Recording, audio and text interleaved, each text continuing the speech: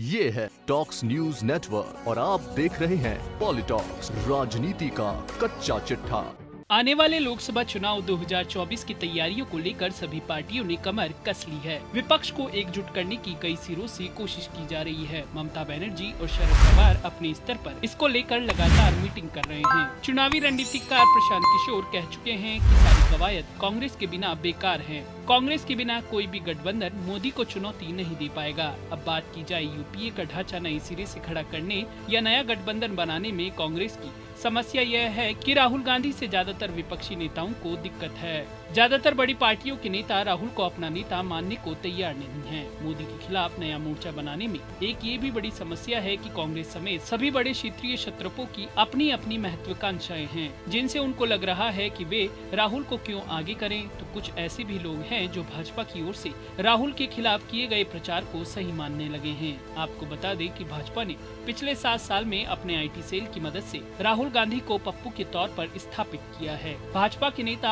अपने हर साधन से सिर्फ राहुल गांधी से लड़ते हैं, लेकिन उनको यह भी साबित करने में लगे रहते हैं कि वे किसी लायक नहीं हैं। भाजपा ने यह धारणा बनवाई है कि राहुल के रहने से भाजपा को फायदा होता है। कई विपक्षी पार्टियों के नेता इस बात को सही मानते हैं और उनको लगता है कि राहुल के साथ रहने से उनको नुकसान हो सकता है। प्रादेशिक नेताओं की महत्वाकांक्षा या भाजपा के प्रचार को सही मानने की वजह से बहुत कम नेता ऐसे बच गए हैं जो कांग्रेस के साथ जुड़े हैं।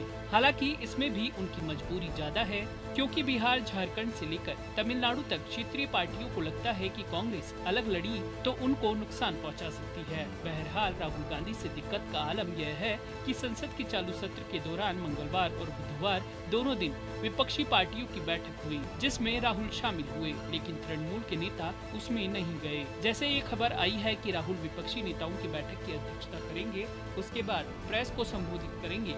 तृणमूल के नेता नदारद हो गए। समाजवादी पार्टी के नेता भी विपक्ष की बैठकों में शामिल नहीं हुए। बसपा तो कांग्रेस से दूरी पहले ही बना चुकी है। एनसीपी के नेता जरूर बैठक में शामिल हुए। राहुल गांधी के बारे में शरद पवार की राय सबको पता है। बहरहाल विपक्ष की बैठक के नाम पर राजद और एनसीपी के अलावा तमिलनाडु और केरल में कांग्रेस की सहयोगी पार्टियां शामिल हुई।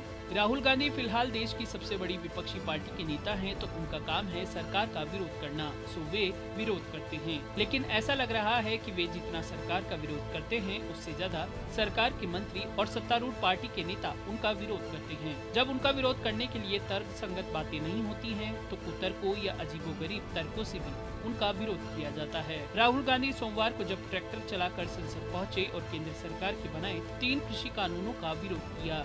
यह विरोध का एक तरीका होता है, जैसे पेट्रोल डीजल की महंगाई का विरोध करने के लिए किसी जमाने में अटल बिहारी वाजपेयी बैलगाड़ी से संसद पहुंच गए थे। सो राहुल ट्रैक्टर से संसद पहुंचे तो उसको नौटंकी बताकर विरोध करने के अलावा सबसे अजीब तर्क कृषि मंत्री नरेंद्र सिंह तोमर ने दिया। उन्होंने कहा कि राहुल गांधी जितने लोगों को ट्रैक्टर पर बैठा कर लाए, वह ट्रैफिक नियमों का उल्लंघन था। आप अंदाजा लगाइए, केंद्रीय कृषि मंत्री के तर्क पर अगर यह ट्रैफिक नियमों का उल्लंघन था तो ट्रैफिक पुलिस उसका चालान काटेगी। केंद्रीय कृषि मंत्री को तो उनके उठाए मुद्दों का जवाब देना चाहिए।